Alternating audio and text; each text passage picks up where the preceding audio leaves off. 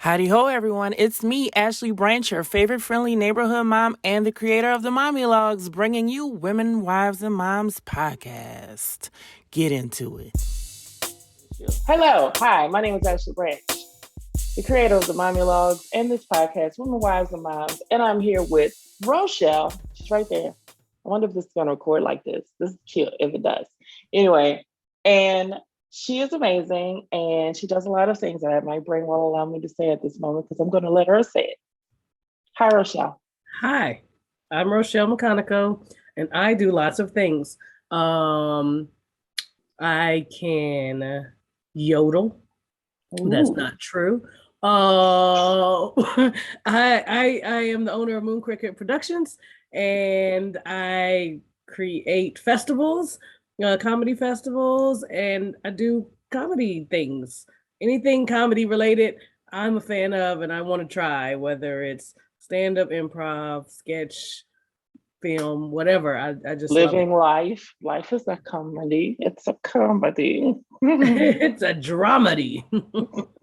As long as it's not a tragedy. Just It's a thriller. Like our lives are a Jordan Peele movie, and then every once in a while there's like a joke. we're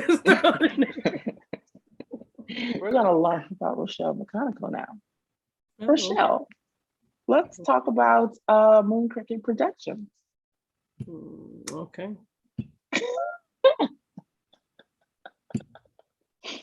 Let's do that. Yes. Do you have a question about Moon Cricket Productions. Crickets. Why did you call it Moon Cricket Productions? I didn't know what a moon cricket was. I thought it was a cool name until I looked it up. Yeah. So no lie comedy. I went to a meeting. We had a meeting of no lie comedy folks, and we were saying all different like slurs, and people had said moon cricket, and I was like, what? I had never heard that as a slur. Like, that's a slur. And they're like, yes. I was like, man, why people be trying too hard on They be this giving us racism? good ideas and shit. Yeah, I'm like, this is actually like a really beautiful. And then when I learned about how it came about, like people being enslaved and being like at night, like singing or dancing or being like making noise, and the slave owners then being like, oh, these moon crickets keeping us up at night. And I just thought how amazing that is, that during the day and in night, it's not like they had a time limit. I'm only racist and horrible to you during the day. But like during the day, you're working for people and they are torturing you and you are starving to death and you are still going. And then at night, somehow you find it in you to sing. Are we talking about slavery or are we just talking about modern day workers? Because that kind of well, that's why I can use the name now, right? It's not that much of a difference. So it's just that idea of the resilience of people, the resilience of Black people, wherein no matter what's going on, we still find it in us to sing. And I was like, I love that. I love that idea. So that's why I called the company Moon Cricket Productions. We're producing things in the midst of this horror show. We're producing, really beautiful things. So. I like that. I like that. I know, and I am still a part of a production that you wrote called Stangela Swamp Thing. Yeah, Where did man, we that need to come figure out from? what city we're gonna do this in, because I want y'all to come to Austin. We But can we do need to that. figure out what Just what make people. sure I get some barbecue. Hey, so Moon Cricket, Stangela Swamp Thing. So Stangela Swamp Thing is the third installment of shows with Stangela, who is her name is Stangela Angela Hemsworth Kingsley Winthrop Farouk Adams the Third. And she is a billionaire heiress who basically is my way of showing like the political thoughts of Republicans in a comical way. And so all the different things, QAnon and stuff that really exist, that really are creating havoc in our country, I kind of lampoon those things with using this character. And the blessing of the play is to be able to work with all my friends and get them together to create these characters that live in this absurdist world. And their idea is, hey, why don't we, Stangela has decided she wants to win, she wants to be an EGOT winner. So she's going to try to win an Oscar by doing Swamp Thing. The remake of Swamp Thing is going to get her an Oscar. That is her belief. And so you have all these other characters around trying to make that happen by being bumbling idiots. And somehow you wind up with an actual conversation, kind of like a generational conversation about what it means to be successful. And what are you willing to give up? What are you willing to do to climb the ladder? That thing you talked about with the totem pole, like, are you willing to do certain things to get to the top? What does integrity look like? And then you put all these things with Black women on Black women's bodies. And so the stories are told not normally as you would see white men being the ones telling those stories, but the story being told with Black women and with women in general. So, yeah, which is fun. I like it. Yeah, it's very fun. You have very specific characters that fit a certain, I don't want to say stereotype, but like you have the millennial, social media addicted character. Then you have the character that's kind of been there, done that, kind of jaded, and that the social media addicted millennial is kind of like looking up to her.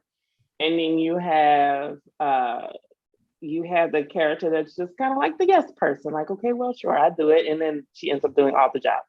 And then and then you have, Stangela's father, who looks very much like somebody we know, I'm not going to spoil anything. And then you have the character of Birdie, who amongst the bumbling idiots is just like, y'all stupid. Get out my dressing room. I don't have time for this. Listen, you want your hair combed tonight. Yes, listeners, watchers, you need to know that Ashley is a wonderful actress. At any point, at any time that you want her on your set, in your vision, she becomes the character and then shows you things in the character that you wouldn't even have known to look for. So if you ever an opportunity arises and you're like, what's Ashley doing? Get her. Make sure that's coming from Rochelle, okay? Between right. Rochelle and then Ketchy, I don't know who will buck me up the most, do something that I was not going to do. I had no intention of doing anything of the sort. That's why I do improv, when I was just like, no, that's for brave people. I'm not doing that. Oh, yeah. Ashley can actually do all things. All things are possible. But the character of Birdie, her job is to be the perspective of the audience, where the audience is like, what? Why? Y'all are crazy. And she gets to say that so to ground this piece, because I am an absurdist. I like a weird world. I mean, the world is weird. Like the world that we are living in, our society is weird. And so I like to show that, but you do need someone in the story that can be like, y'all need to get it together. Y'all need to be better. And Birdie embodies that and helps give that voice of the mama that goes, okay, but really you can do better. Okay, do you really want to be that type of person? And you're like, yes. We need somebody that's not like, yeah, evil, let's do it. We got enough of that. Okay, we got enough of that. I would like to say that I thoroughly enjoy working with you, yes, but I like watching you.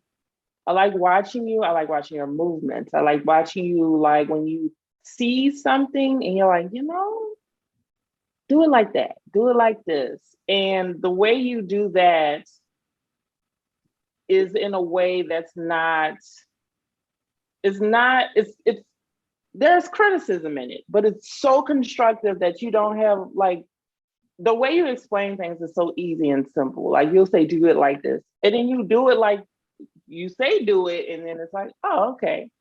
And it's not like, no, that's wrong. Like there's very few times that you ask somebody to read something differently that we didn't understand. And we're all creatives. And sometimes our brains are just like bubblegum and clouds and unicorns. It's like, I can't, there's like once or twice you'd be like talking to me and I'm like, huh? Oh, you talking to me? What you want to do? Well, to What be we doing fair, now? our brains work so similarly. It's like, oh, yeah, I think I was talking, but I don't even know what I was saying. Is What what I'm I saying. said? Do you hear what I had? What I said? What? Oh, okay. I did. That's what I did. I did say that. I did. I did. Uh-huh. Also, I like the way you take the black girl, yes, the black girls, but then it's like, but we're so many things besides whatever concept of black woman you have. You have somebody like Nita, who is a mom, who is married, who does all the things. I'm also a mom who is married and does all the things, but we're so different in what our like capabilities are and our lifestyle and what we think is important. And that's just like, we're not a monolith. We are different things. Like we're shaped different. We have different shades of us. We have different hair textures. We have different tastes in, people and food and travel. And so I think that your productions show that, but they don't do it in a way that's like, look how black people are different. It's just like okay, I see that.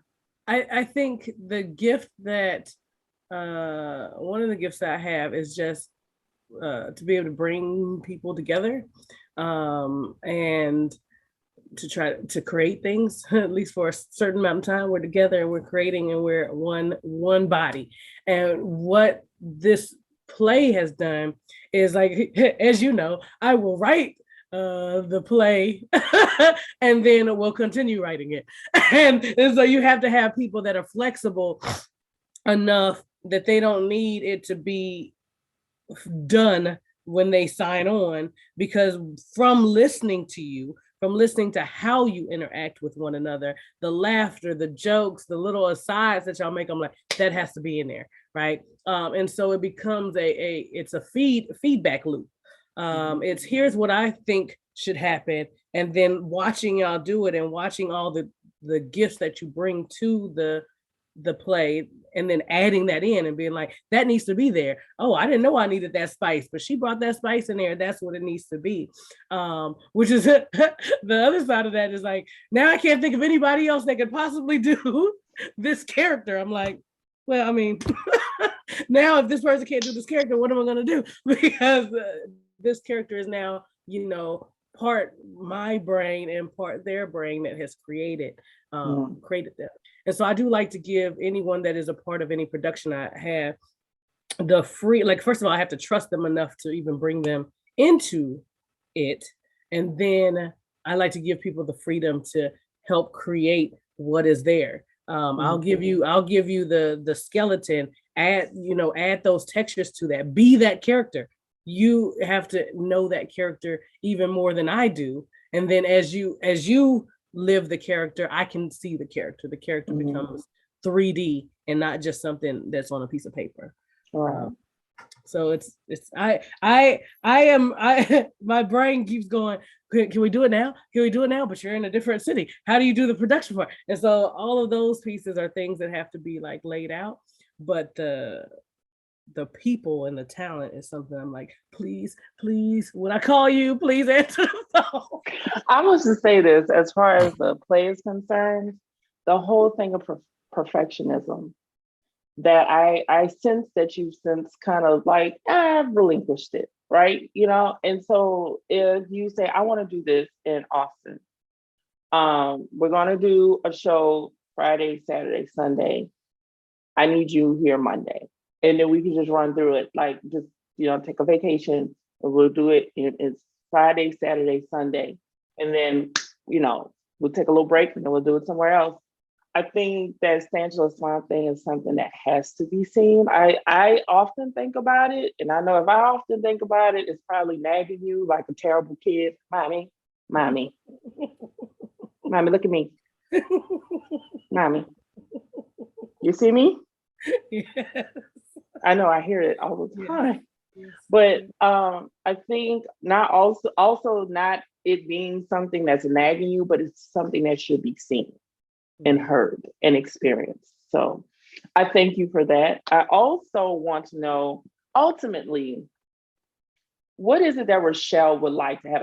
If there was no object, if money was no object, if, whatever other boundary or obstacle that there could be named was not there, what would you be doing?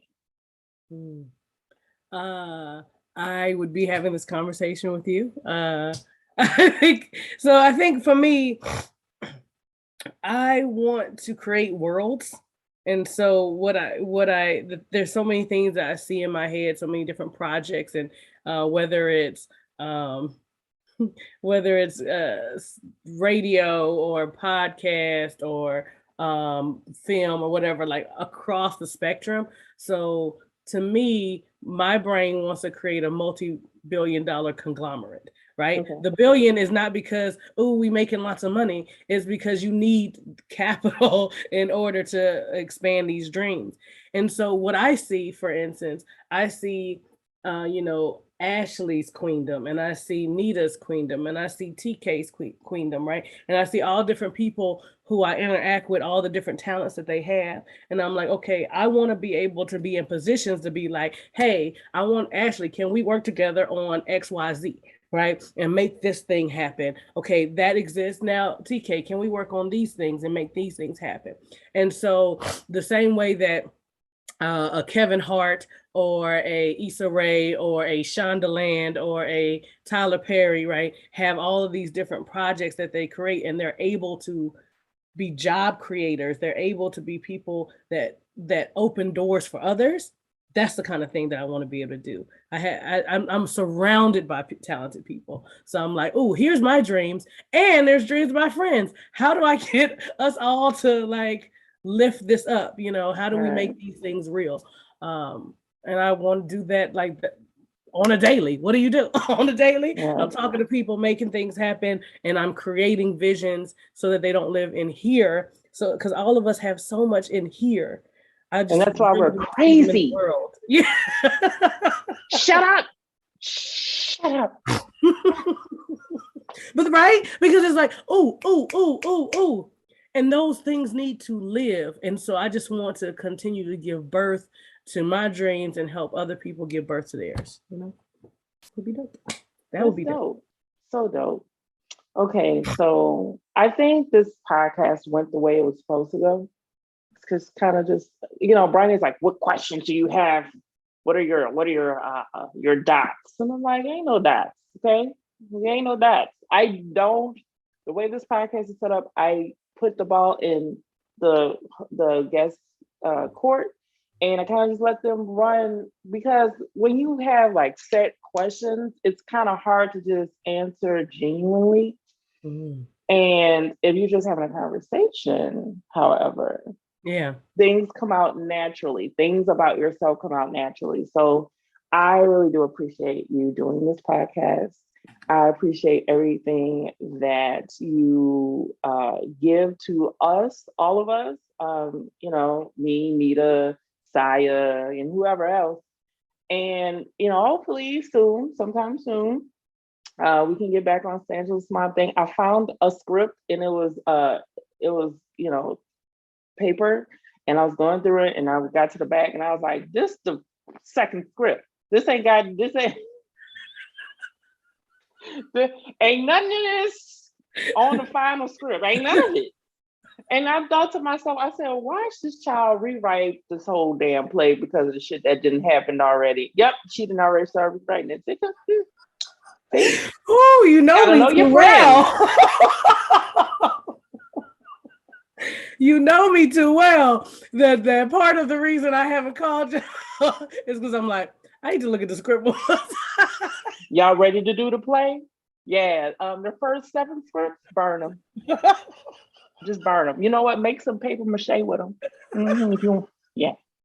Yeah, don't. No, that's not. It's called Stand to the Swamp Thing, but ain't shit from the previous one. Nope. Throw it away.